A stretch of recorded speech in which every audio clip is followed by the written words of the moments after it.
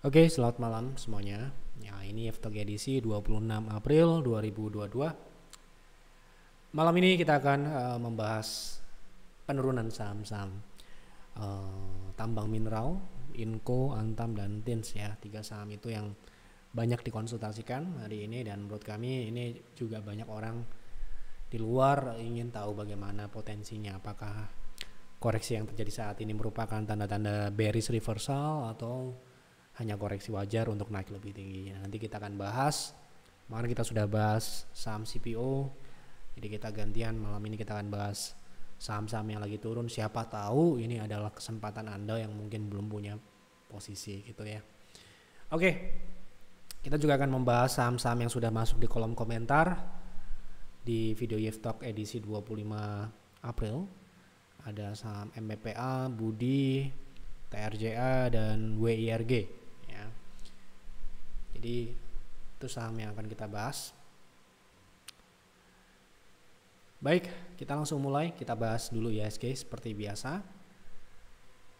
Hari ini IHSG jatuh di sesi pagi dan rebound di sesi penutupan siang dengan penguatan saham-saham seperti saham Unilever, kemudian HM Sampurna, dan juga saham BCA yang hari ini ikut menguat ya, sehingga IHSG tertahan penurunannya ya. Nah, bagaimanakah potensi IHSG berikutnya? Menurut kami hari ini tekanan jual itu masih cukup besar ya di sesi pagi, dan saya lihat ini memang dipertahankan ya, IHSG dipertahankan, dijaga benar untuk tidak turun ya. Kita nggak tahu apakah ini akan dijaga sampai akhir bulan atau sampai dengan awal bulan Mei. Yang jelas mayoritas memang dalam kondisi yang sudah sangat-sangat tinggi, terutama saham-saham pertambangan ya. Salah satunya kita akan bahas saham Inco, Tins, dan Antam ya, yang nanti kita akan bahas potensinya gitu ya. Koreksinya ini apakah akan berlanjut dalam jangka menengah panjang atau hanya jangka pendek saja.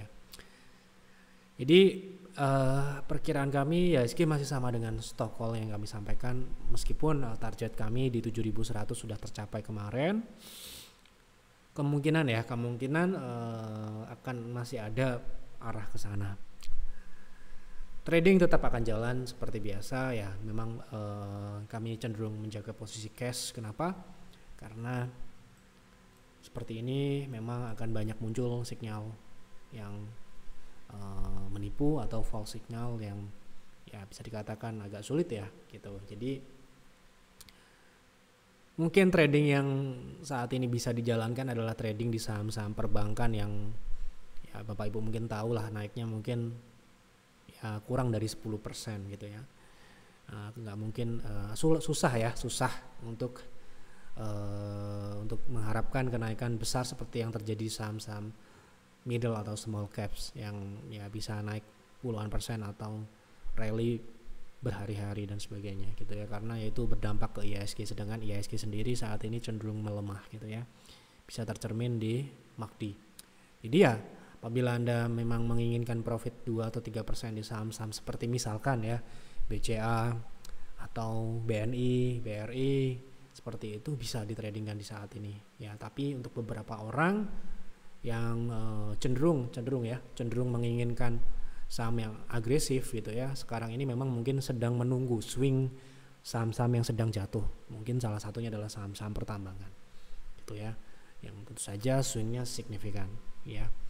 Setiap orang mempunyai strategi yang berbeda, preferensi yang berbeda, tidak ada yang benar, tidak ada yang salah, semua sama.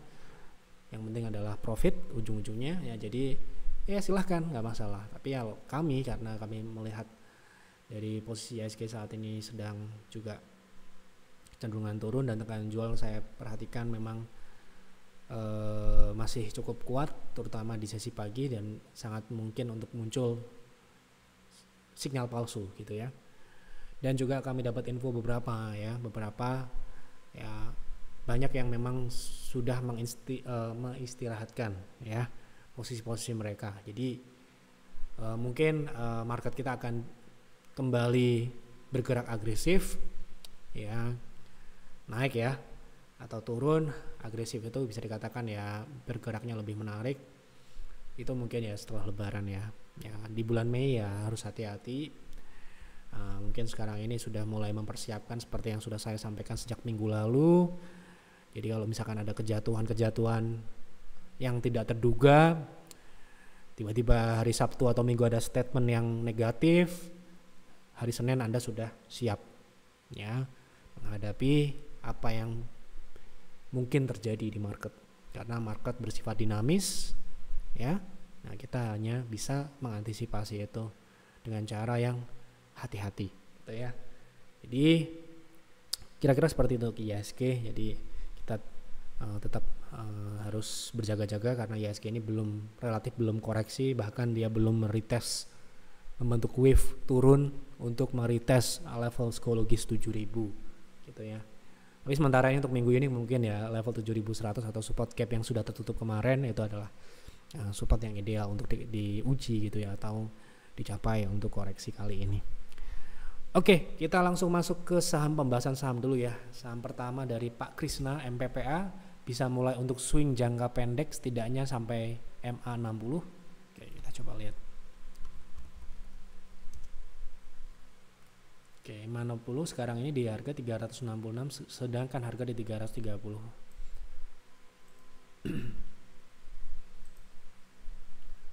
Oke, saat ini pertama ya trennya turun ya. Jelas ya, ini swing, hanya untuk swing. Dan untuk ke MA60 saya lihat dulu ini adalah berapa memungkinkan ya, karena itu adalah level 0,38 ya, memungkinkan selama dia tidak menembus turun di bawah 300 masih memungkinkan untuk MPPA ini pullback atau rebound atau swing ke 358 atau 360 ya.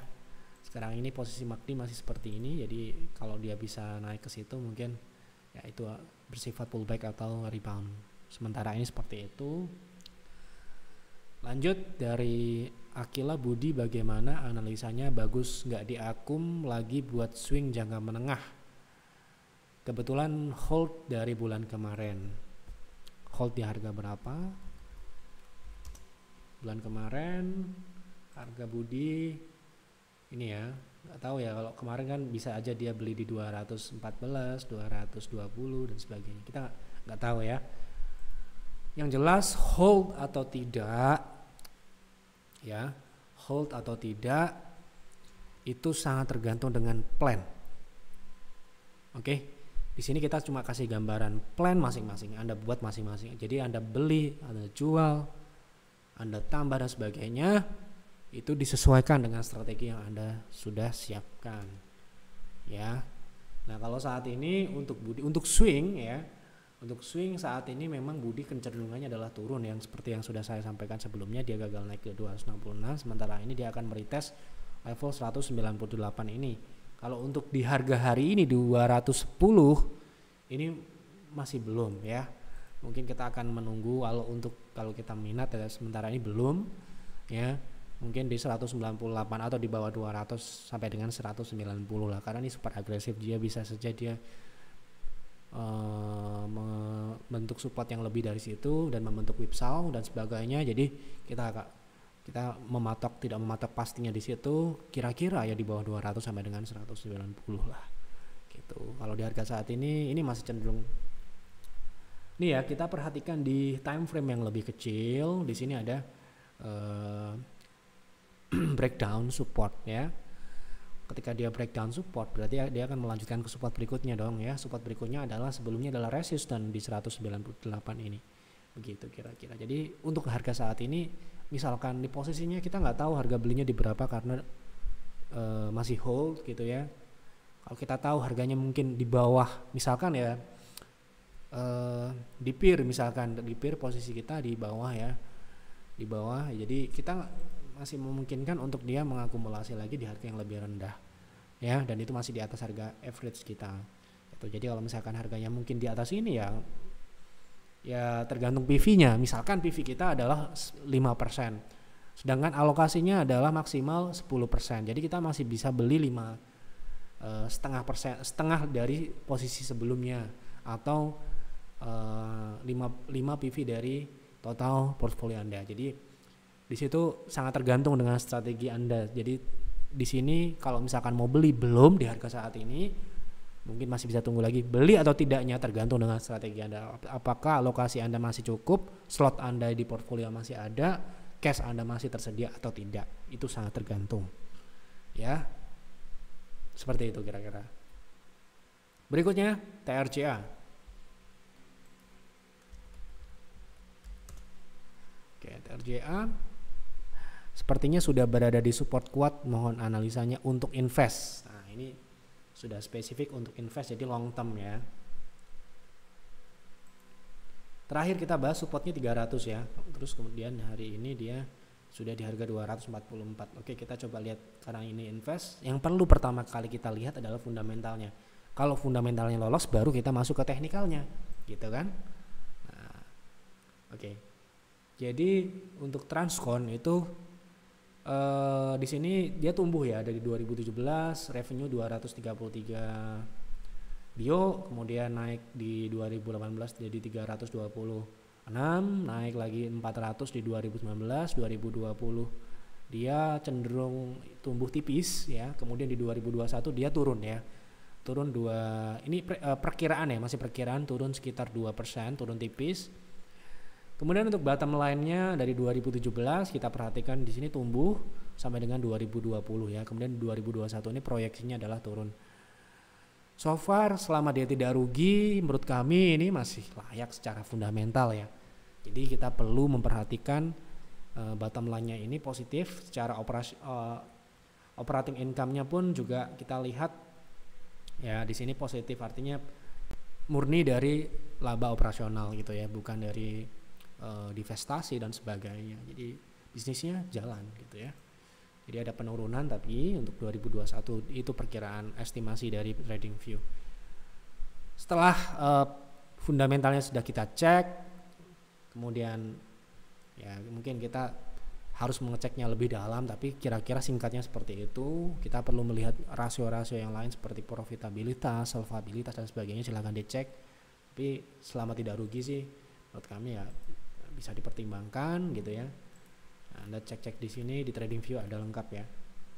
Ini marginnya berapa, EBITDA berapa, kemudian solvabilitas berapa, apakah rasionya sehat atau tidak dan sebagainya. Nah, kalau teknikal ya di sini teknikalnya sementara ini pertama, di sini ketika kita invest ya, tujuan kita adalah long term. Ketika kita memegang sebuah saham, kita harus fit dengan profil kita. Misalkan profil risiko kita adalah moderat. Ya. Otomatis saham yang kita pegang ya adalah saham-saham moderat. Saham moderat itu seperti apa? Saham-saham blue chip yang pergerakannya tidak terlalu signifikan tapi dia stabil ya. Nah, kalau profil kita investor agresif yang kita memang misalkan mencari emiten yang bisa naik ratusan persen dan dalam waktu yang singkat, mungkin TRCA ini merupakan salah satu. Kenapa begitu? Anda lihat ini pergerakannya. Jadi ketika kita invest, kalau di peer ataupun peers, kita memberikan rekomendasi itu ada beberapa porsi untuk moderat, ada beberapa porsi untuk agresif ya. Jadi tidak semuanya agresif. Mungkin Bapak Ibu juga akan mencari saham yang sesuai dengan profilnya masing-masing. Misalkan ada tipikal agresif, Anda akan mencari yang agresif juga, tapi fundamentalnya tidak diabaikan gitu ya. Kenapa kok ini agresif? Lihat ya, ini kenaikan-kenaikan dan penurunan-penurunannya. Ketika Anda invest dalam jangka panjang, tidak mungkin kan Anda trading kan, beli hari ini jual besok, dan tidak seperti itu. Anda harus hold dalam kurun waktu yang menengah panjang, misalkan di atas 6 bulan, di atas 1 tahun dan sebagainya. Nah, sedangkan saham ini bisa naik dalam waktu kurang dari 3 bulan dalam persentase yang signifikan. Ya. Jadi Maret sampai dengan awal Maret sampai dengan pertengahan Maret ya, jadi kurang dari 1 bulan itu naiknya 67%. Begitu juga ketika dia turun ya, itu bisa 60%. Nah, Jadi sangat lebar pergerakannya. Nah, ini cocok atau tidak dengan kita? Seperti itu kira-kira. Ini sedikit edukasi ya untuk Bapak Ibu yang mau invest. Jangan sampai Anda asal beli, oh ini fundamentalnya bagus, saya beli.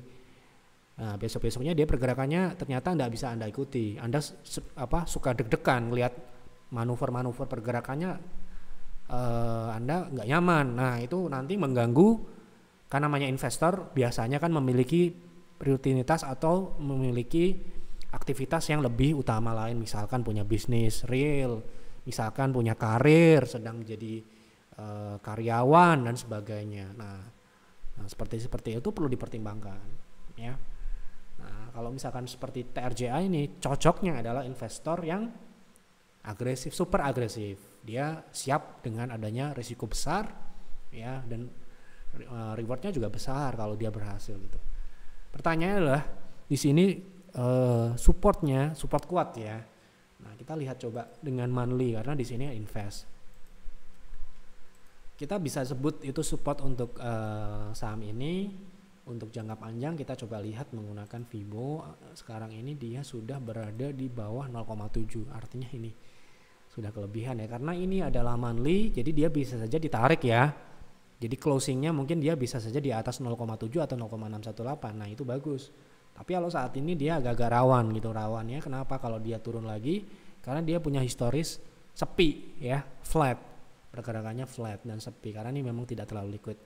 Jadi kalau kita boleh menyarankan, mungkin ini sekarang ini tidak disupport yang kuat ya. Kalau misalkan kita lihat dari pergerakan saat ini, dia cenderung memang bertahan di area di bawah 0,78. Support yang mungkin kita anggap support yang kuat sebenarnya ada di atas ya, di area 378 sampai dengan 344. Ini adalah 0,618 dan memang sudah valid. Di masa lalunya dia merupakan resist yang mengvalidasi setelah dia naik, kemudian dia spike ya, dan dia diuji dan kemudian spike lagi.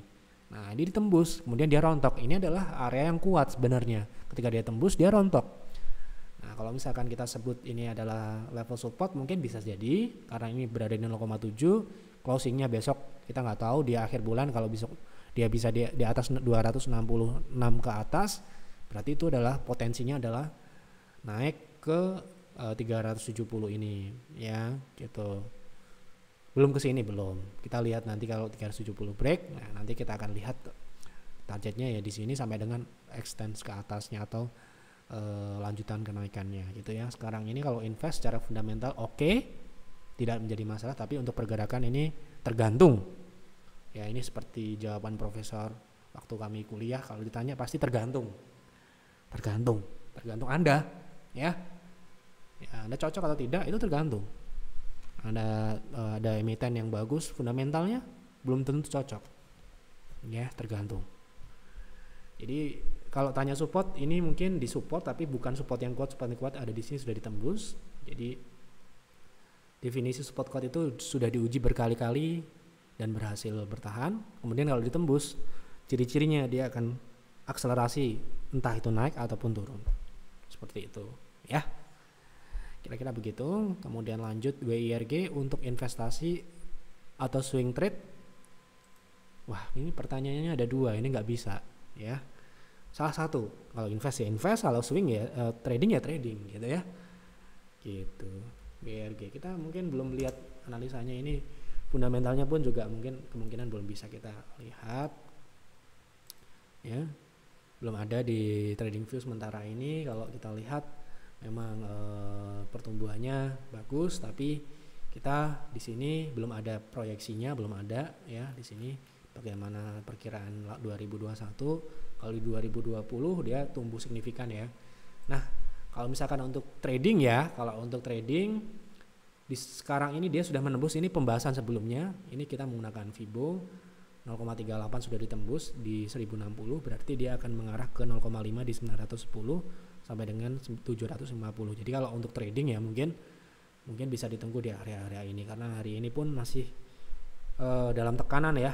Volumenya kecil karena memang ARB, jadi nggak bisa jualan juga, jadi nggak bisa valid kita mau menganalisa volume transaksi di sini. Jadi mungkin bisa kita tunggu di 900 sampai dengan 700 ya. Nanti kita lihat kalau dia sudah ada menunjukkan rebound ya bisa diikuti gitu Ini juga kalau menurut kami agak sudah kami jelaskan di awal ini ya, di awal pembahasan pertama kali tentang saham WIRG ini. Kalau kita memang kemungkinan akan tidak terlalu akurat di saham-saham IPO lain ya, seperti Goto dan sebagainya, itu ya kita cenderung mungkin menghindari gitu ya, karena kita terus terang kita belum bisa untuk melakukan analisa baik itu untuk trading ataupun untuk investing. Sekalipun dia mau naik berapapun ya, kita karena itu tidak sesuai, tidak bisa kita analisa dan sebagainya ya kita tidak bisa ikuti ya. Tim advisor kami memang ada aturan tersendiri. Jadi kalau ada yang tanya kenapa tidak ikut WIRG, kenapa tidak ikut Goto dan sebagainya, ya pasti memang jawabannya memang kita belum bisa melakukan analisanya. Jadi sebatas itu ya. Jadi kita ngelihat ini Fibonya sekitar 900 sampai dengan 700-an itu tadi. Kalau untuk trading ya silahkan. Untuk investing Anda harus lihat dulu. Pertumbuhannya signifikan tadi, tapi 2021 kita nggak tahu ya, belum ada. Oke. Kita lanjut ke saham Inco, Antam dan Tins ya, cepat saja. Jadi pertanyaannya yang paling banyak dipertanyakan itu adalah apakah koreksi ini sudah bearish reversal atau hanya koreksi untuk jangka pendek dan naik lanjut ya, gitu ya. Kita bahas terlebih dahulu Tins ya. Ini Tins kemarin kita terpaksa cut ya di PTR nih.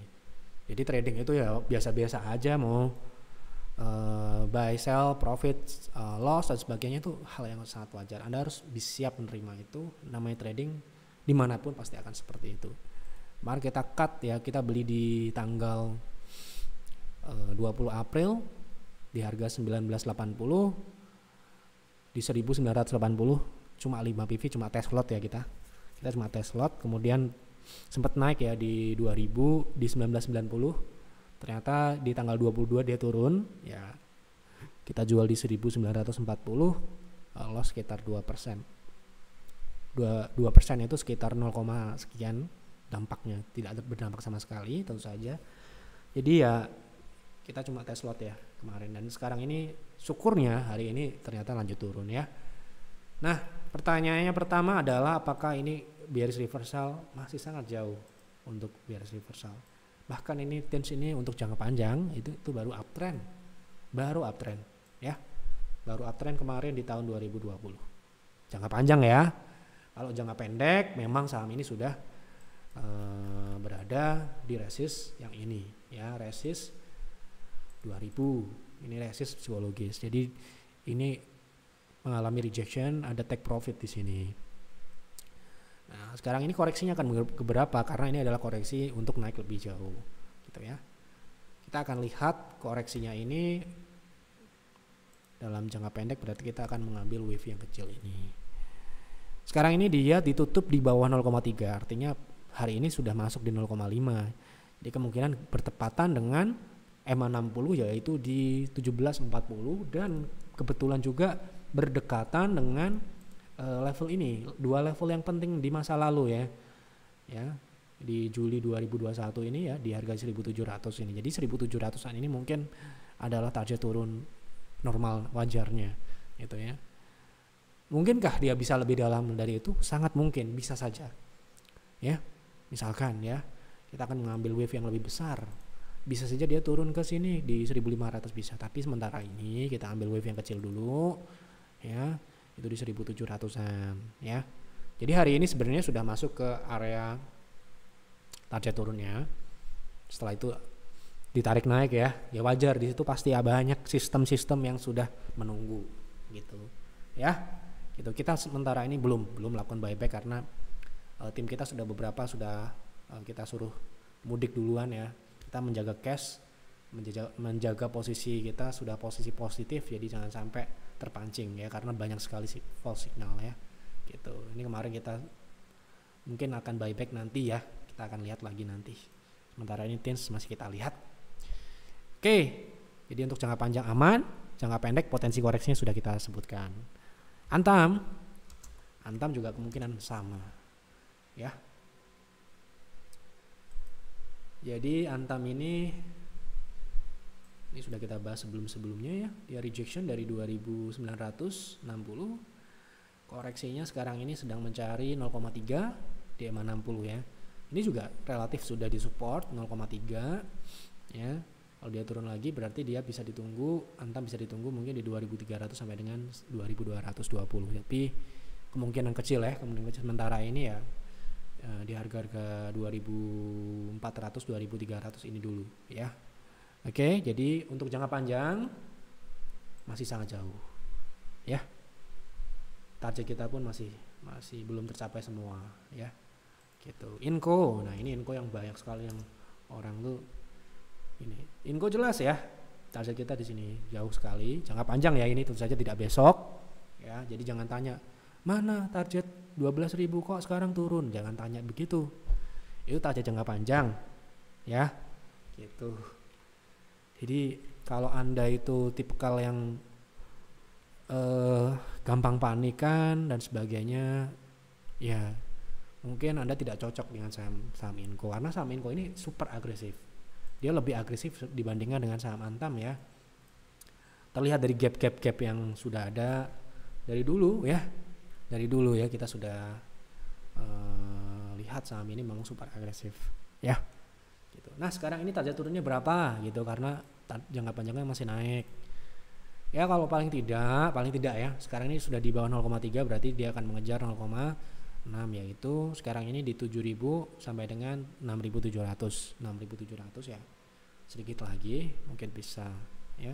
MACD-nya seperti ini, jadi masih memungkinkan. Kalau ada rebound mungkin rebound pullback di 7.400. Pullback dari koreksi ya, pullback atau rebound atau swingnya. Gitu. Anda mau nunggu atau tidak ya tergantung lagi ya. Kalau kita di peer tentu saja ataupun di peers ini saham sudah sangat tinggi buat kami ya. Kalau untuk invest karena posisi kita sudah sangat-sangat jauh dari harga saat ini, jadi ya udah tinggal dilihat aja gitu ya. Jadi untuk trading karena tekanan jual masih ada, mungkin masih bisa tunggu di bawah lagi. Kalau untuk invest no comment ya, tergantung ini Bapak Ibu kalau mau ya silahkan. Tapi kalau buat kami di peer dan peers, modal kami di bawah 5.000, jadi nggak akan masuk lagi di harga saat ini ya gitu. Jadi kemarin ada kalau nggak salah ada yang tanya Simpe gitu, ini kok nggak naik-naik ya, Anda berarti bukan tipikal investor nggak mungkin akan bereaksi dengan pergerakan jangka pendek ya, dia akan melihat view jangka panjang ya gitu. Jadi kita selalu menekankan trading dan investing itu hal yang sangat berbeda dan orangnya berbeda ya. Si A dan si B beda, bahkan investor pun bisa beda ya gitu. Jadi sekali lagi pembahasan di Yeftalk ini adalah hanya preferensi, hanya opini saya, bukan diolah oleh sistem di peer dan peers ataupun di private trading room. Jadi bisa benar dan bisa salah. Bapak Ibu harus bijaksana mengambil informasi di sini, Anda olah lagi, mana yang cocok yang diambil, yang nggak cocok diabaikan. Kalau Anda perlu diskusi, misalkan Anda punya pendapat lain, Anda bisa masuk di kolom komentar, berikan secara baik-baik. Kita bisa menjadi diskusi dan menjadi lebih kaya lagi pembahasan kita, sehingga nantinya menjadi output yang positif untuk penonton-penonton yang lain. Gitu. Terima kasih sekali sudah menonton Yeftalk malam ini. Terima kasih sekali yang sudah subscribe channel ini, mendukung kami dengan klik like ya dan share ya. Terima kasih sekali. Kita jumpa lagi di video selanjutnya, di Yeftalk selanjutnya. Selamat malam.